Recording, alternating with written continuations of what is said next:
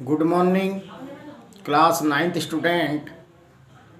Today, 7 September 2020 on Monday.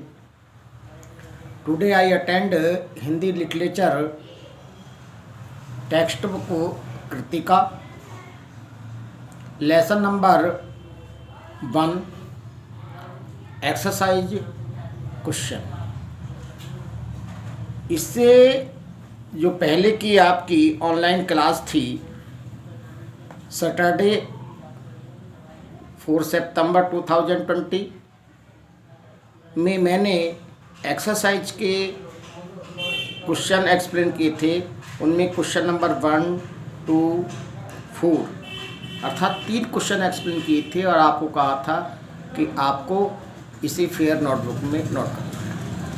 इसके बाद जो आता है क्वेश्चन नंबर 5, 6, 7, इन क्वेश्चनों को फ़िलहाल मैं छोड़ रहा हूँ और इसे मैं आपको 12 सितंबर दिन शनिवार के दिन एक्सप्लेन करूँगा। क्वेश्चन आगे पीछे हो सकते हैं। ये है कि इम्पोर्टेंट क्वेश्चन एक्सप्लेन हो जाना चाहिए और आपकी फेयर कॉपी में वो नोट हो जाने चाहिए। तो आज जो क्वेश्चन मैं एक्सप्लेन करूँगा उनमें एक्सरसाइज के क्वेश्चन नंबर 8, 9 और 10 हैं। आपको इन्हें बार बार वीडियो क्लिप को चला करके इन्हें सुनना है, समझना है और अपनी फेयर नोटबुक में नोट करना है। क्वेश्चन नंबर आपका 8 में लिखा है, जब लेखक को यह एहसास हुआ कि उसके इलाके में भी पानी घुसने की संभावना है तो उसने क्या क्या प्रबंध किए। देखिए, जब लेखक फणीश्वर नाथ रेणु को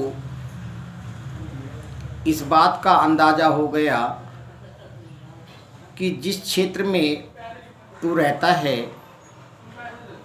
उस क्षेत्र में भी बाढ़ आने की प्रबल संभावना हो रही है, तो उसने अपने दैनिक यूज की कुछ आवश्यक चीज़ें पहले ही एकत्रित कर ली और लगभग 4 से 5 दिनों के लिए उसने एकत्रित करी, जिससे बाढ़ आए और बाढ़ आने के बाद में बाढ़ को उतरने में भी 4 से 5 दिन का समय लगेगा, कोई दिक्कत पैदा ना हो। तो उसने इस दृष्टिकोण से अपने लिए सर्वप्रथम ईंधन की व्यवस्था की।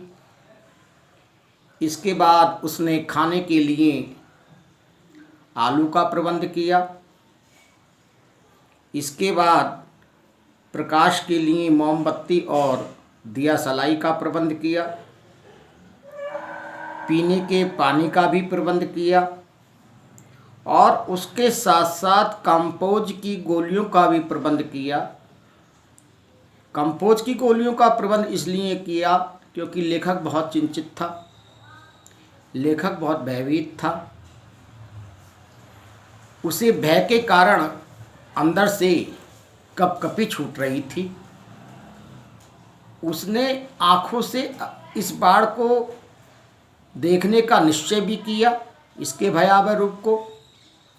अंदर से भयभीत भी था और आप जानते हैं व्यक्ति को सोना भी ज़रूरी है, जिससे उसे नींद भी आ जाए।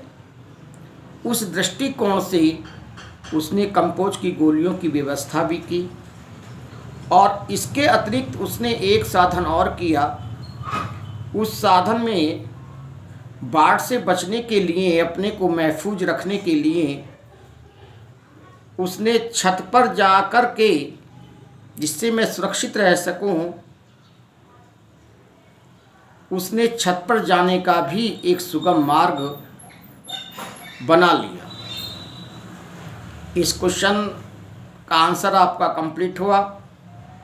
इसी के साथ साथ क्वेश्चन नंबर आपकी बुक में 9 है, बाढ़ पीड़ित क्षेत्र में कौन कौन सी बीमारियों के फैलने की आशंका रहती है?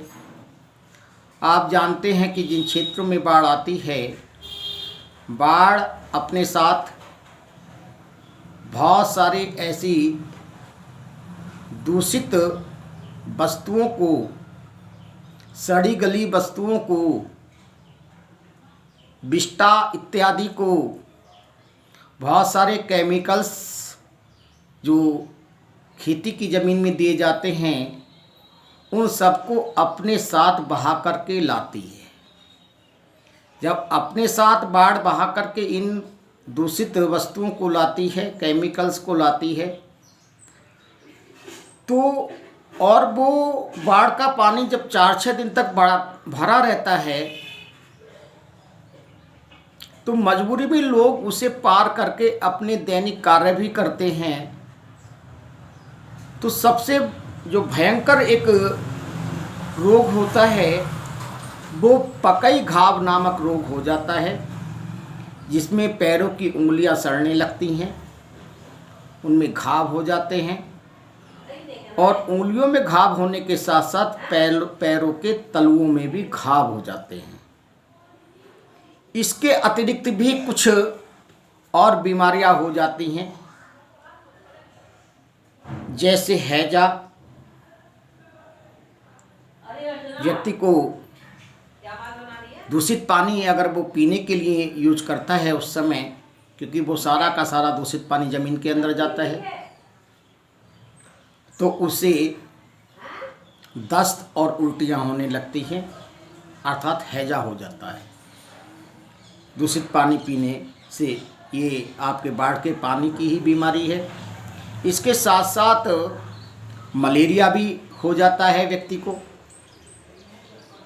ये भी जिस समय बरसात चलती है, आप जानते हैं आपके आसपास के गांवों में, दूर दराज के क्षेत्रों में मलेरिया के बहुत सारे रोगी आपको देखने के लिए मिल जाएंगे।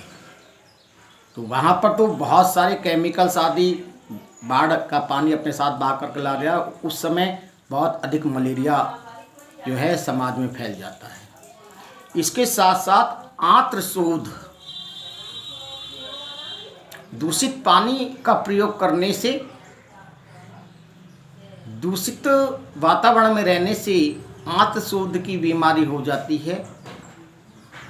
तो इस प्रकार की जो बीमारियां हैं ये बाढ़ पीड़ित क्षेत्रों में आसानी से देखी जा सकती हैं।